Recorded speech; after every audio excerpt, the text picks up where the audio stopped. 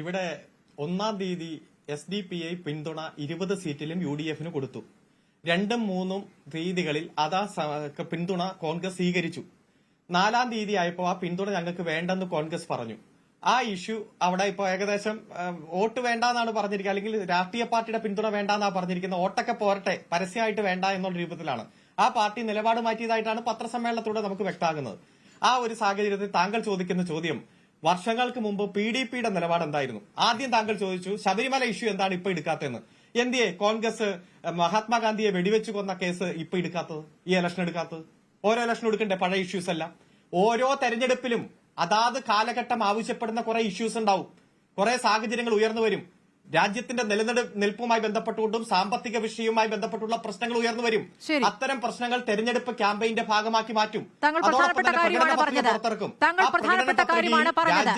അങ്ങനെ വരുമ്പോൾ ഇപ്പോഴത്തെ രാഷ്ട്രീയ സാഹചര്യം എന്ത്? താങ്കൾ ഈ പറഞ്ഞത് വളരെ പ്രധാനപ്പെട്ട കാര്യമാണ്. അന്നത്തെ രാഷ്ട്രീയ സാഹചര്യം, മതവർഗീയ സംഘടനയായി PDPയെ കണ്ടിരുന്ന കാലത്തും അന്ന് സഖ്യമുണ്ടാക്കുന്നതിന് നിങ്ങൾക്ക് കൃത്യമായ തീരുമാനവും നിലപാടും ഉണ്ടായിരുന്നു. അപ്പോൾ ഇപ്പോഴത്തെ രാഷ്ട്രീയ സാഹചര്യത്തെ നിങ്ങൾ എങ്ങനെയാണ് വിശദീകരിക്കുന്നത്? ഇപ്പോഴത്തെ രാഷ്ട്രീയ സാഹചര്യം, ഈ രാജ്യം ഇന്ത്യയായി നിലനിൽക്കുമോ എന്നതാണ് ഏറ്റവും ഗൗരവമായിട്ടുള്ള വിഷയം. ഈ രാജ്യത്തിന്റെ ഭരണഘടനയും മതനിരപേക്ഷതയും ഫെഡറലിസവും എല്ലാം ഈ രാജ്യത്ത് നിലനിൽക്കുമോ എന്ന ഗൗരവമായിട്ടുള്ള പ്രശ്നമാണ് ചർച്ച ചെയ്യപ്പെടുന്നത്. ഫാസിസത്തിനെതിരായിട്ടുള്ള പോരാട്ടത്തിൽ എല്ലാവരും കരുത്തോടെ ഒറ്റ മനസ്സോടെ അണിനിരക്കണം. ഞാൻ പറയട്ടെ, 28 രാഷ്ട്രീയ പാർട്ടികൾ അത്തരത്തിൽ ഒറ്റ മനസ്സോടെ അണിനിരക്കുന്നു. അങ്ങനെ അണിനിരക്കുമ്പോൾ ഭൂരിപക്ഷ വർഗീയതയ്ക്കെതിരെ ഒരു മൃദു സമീപനം സ്വീകരിച്ചുകൊണ്ട് കോൺഗ്രസ് സ്വീകരിക്കുന്ന നിലപാടുകൾ ചില ഘട്ടത്തിൽ ഉയർന്നു വരുമ്പോൾ ഞങ്ങൾ അതിനെ തള്ളിപ്പറയുന്നു. അത് തിരുത്തേണ്ടതാണെന്ന് സൂചിപ്പിക്കുന്നു. ഇച്ചിരി വൈകിയാണെങ്കിലും കോൺഗ്രസ് അത് തിരുത്തുന്നു. ആ തിരുത്തിയ സാഹചര്യങ്ങളാണ് ഞാൻ ആദ്യം ചൂണ്ടിക്കാണിച്ചത്. പ്രാണപ്രതിഷ്ഠയുമായി ബന്ധപ്പെട്ടുകൊണ്ട് അടക്കമുള്ള സാഹചര്യം. ഇപ്പൊ കോൺഗ്രസിന്റെ പ്രതിനിധി എന്തൊക്കെയാ പറഞ്ഞത്? ലാവ്ലിൻ കേസ് 29 തവണ മാറ്റിവെച്ചത്, 30 തവണ മാറ്റിവെച്ചത് അത് ഞങ്ങളുടെ ഇടപെടലാണോ? തെളിവിന്റെ ഒരു കണികയെങ്കിലും ഹാജരാക്കിയാൽ മാത്രമേ ഈ ഫയൽ തുറക്കൂ എന്ന് പറഞ്ഞത് സുപ്രീം കോടതിയിലെ ജഡ്ജിമാരാണ്. കഴിഞ്ഞ പഞ്ചായത്ത് തെരഞ്ഞെടുപ്പിലും നിയമസഭാ തെരഞ്ഞെടുപ്പിലും തലനാരിഴയുള്ള അന്വേഷണം നടത്തിയില്ലേ CBI, NIA, ED, കസ്റ്റംസ്? ഏതെങ്കിലും ഒരു കേസിൽ മുഖ്യമന്ത്രിയെയോ മന്ത്രിമാരെയോ കണക്ട് ചെയ്യാൻ പറ്റിയോ?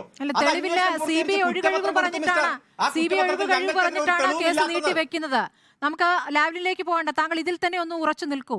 ഇപ്പോഴത്തെ രാഷ്ട്രീയ സാഹചര്യത്തിൽ മുസ്ലിം എന്ന പേര് കേട്ടാൽ ഹാലിളകുന്ന ഒരു പാർട്ടിയെ അപ്പുറത്ത് BJP നിൽക്കുമ്പോൾ അവർ ഉന്നയിക്കുന്ന അതേ വിമർശനങ്ങൾ CPM ഉയർത്തുന്നത് ഏത് രൂപത്തിലാണ് അത് ഫലം ചെയ്യുക? എന്താണ് അതിന്റെ അന്തിമ ഫലം എന്ന് CPM ആലോചിക്കേണ്ടതല്ലേ? നിങ്ങളുടെ ദേശീയ താല്പര്യങ്ങൾ എന്താണ് ശ്രീ അരുൺകുമാർ? ഞാൻ ആവർത്തിച്ച് ചോദിക്കുകയാണ്.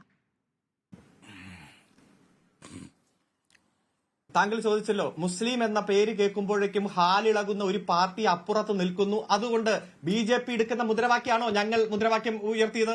ഞങ്ങൾ പറഞ്ഞത് ഒരു കൊടി കാണിച്ച് രാഷ്ട്രീയത്തിൽ പ്രചരണം നടത്തി കഴിഞ്ഞ തെരഞ്ഞെടുപ്പിൽ, അതുകൊണ്ട് ഈ തവണ ആ പാർട്ടിയുടെ കൊടി വേണ്ട. അന്ന് മാത്രമല്ല, സ്വന്തം കോൺഗ്രസിന്റെ പോലും കൊടി വേണ്ട എന്ന് തീരുമാനിക്കുന്ന BJPക്ക് മുന്നിൽ, സംഘപരിവാറിന് മുന്നിൽ സറണ്ടർ ചെയ്യുന്ന UDFന്റെ നയം ഉണ്ടല്ലോ, ആ നയം കൊടിക്കൊരു പാരമ്പര്യമുണ്ട്. ഒന്നിടപെട്ടോട്ടെ, അതിനെ വേറൊരു രൂപത്തിലും മനസ്സിലാക്കാമല്ലോ. ആ കൊടി ഉയർത്താൻ പറ്റാത്ത, ആ കൊടി ഉയർത്തി പ്രചാരണം നടത്താൻ പറ്റാത്ത രാഷ്ട്രീയ സാഹചര്യമാണിപ്പോൾ രാജ്യത്തുള്ളത് എന്ന ഒരു ഭയപ്പെടുത്തുന്ന സാഹചര്യത്തെ ആ രൂപത്തിൽ മനസ്സിലാക്കി നിങ്ങൾ പരിഹസിക്കുമോ? നിങ്ങൾ എന്താണ് പരിഹസിക്കുന്നത്? നിങ്ങളുടെ പരിഹാസവും BJPയുടെ പരിഹാസവും തമ്മിലുള്ള വ്യത്യാസം ഒന്ന് വിശദീകരിക്കൂ. പരിഹസിക്കുന്നതല്ല, വ്യത്യാസം ഞാൻ പറയാം. എന്താണ് പാകിസ്ഥാന്റെ കൊടി? പാകിസ്ഥാന്റെ കൊടിയുടെ 25% വെള്ളയാണ്. ആ വെള്ള, white, representing minority community of the Pakistan, അവിടത്തെ മൈനോറിറ്റിയെ റെപ്രസെന്റ് ചെയ്യുന്നു. ബാക്കി 75% പച്ച, അതിൽ ചന്ദ്രക്കലയുണ്ട്, നക്ഷത്രമുണ്ട്. ലീഗിന്റെ കൊടി പൂർണ്ണമായും പച്ചയാണ്. ഒരു തെരഞ്ഞെടുപ്പിൽ കള്ളപ്രചരണം നടത്തി എന്നതുകൊണ്ട് ഞങ്ങൾ സറണ്ടർ ചെയ്യുന്നു, ആ കൊടി ഉപയോഗിക്കില്ല, അവിടെ നിൽക്കട്ടെ. അപ്പോ കഴിഞ്ഞ തവണ BJP നടത്തിയ പ്രചരണത്തെ 100% സാധൂകരിക്കുകയാണ് കോൺഗ്രസ്, UDF. അത് പോട്ടെ, കോൺഗ്രസിന്റെ കൊടി, ദേശീയ പ്രസ്ഥാനത്തിന്റെ കൊടി, ആ കൊടി പോലും ഉപയോഗിക്കണ്ട എന്ന് പറഞ്ഞാൽ സംഘപരിവാറിന്റെ മുന്നിൽ പോയി ഇഴയുകയല്ലേ കോൺഗ്രസ്? ഞാൻ മനസ്സിലാക്കുന്നത് ഇല്ല, അത് കൂടെ നിൽക്കുന്ന ലീഗിനെ കൂടി വിശ്വാസത്തിലെടുക്കാൻ, ലീഗിനെ ബോധ്യപ്പെടുത്താൻ എടുക്കുന്ന നടപടിയായിരിക്കാം.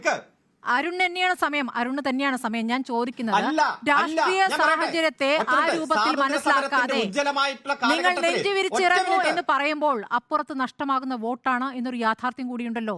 ശ്രീ അരുൺകുമാർ, താങ്കൾക്കറിയാം രാജ്യത്തെ രാഷ്ട്രീയ സാഹചര്യം, അറിയാമല്ലോ. കേരള സ്റ്റോറി ഇപ്പോൾ ദൂരദർശനിൽ വരാൻ പോവുകയാണ് ഈ തെരഞ്ഞെടുപ്പ് കാലത്ത്. അവിടേക്ക് എത്തിയിരിക്കുന്നു കാര്യങ്ങൾ. അപ്പോൾ എല്ലായിടത്തും മുസ്ലിം വിരോധം കുത്തി നിറച്ചുകൊണ്ട് ഈ തെരഞ്ഞെടുപ്പിൽ നേട്ടമുണ്ടാക്കാനുള്ള ശ്രമം ഒരു വശത്ത് നടക്കുകയാണ്. നിങ്ങൾ ആ ഗൗരവം എന്താണ് ഉൾക്കൊള്ളാത്തത്?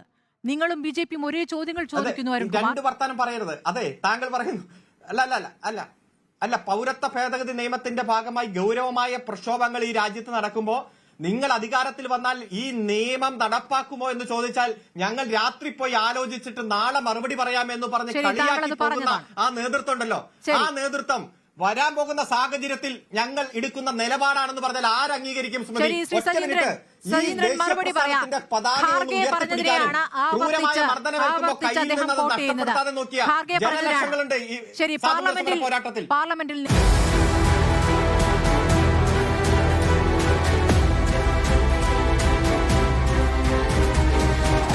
ഡിബേറ്റ് വിത്ത് സ്മൃതി പരുത്തിക്കാട്.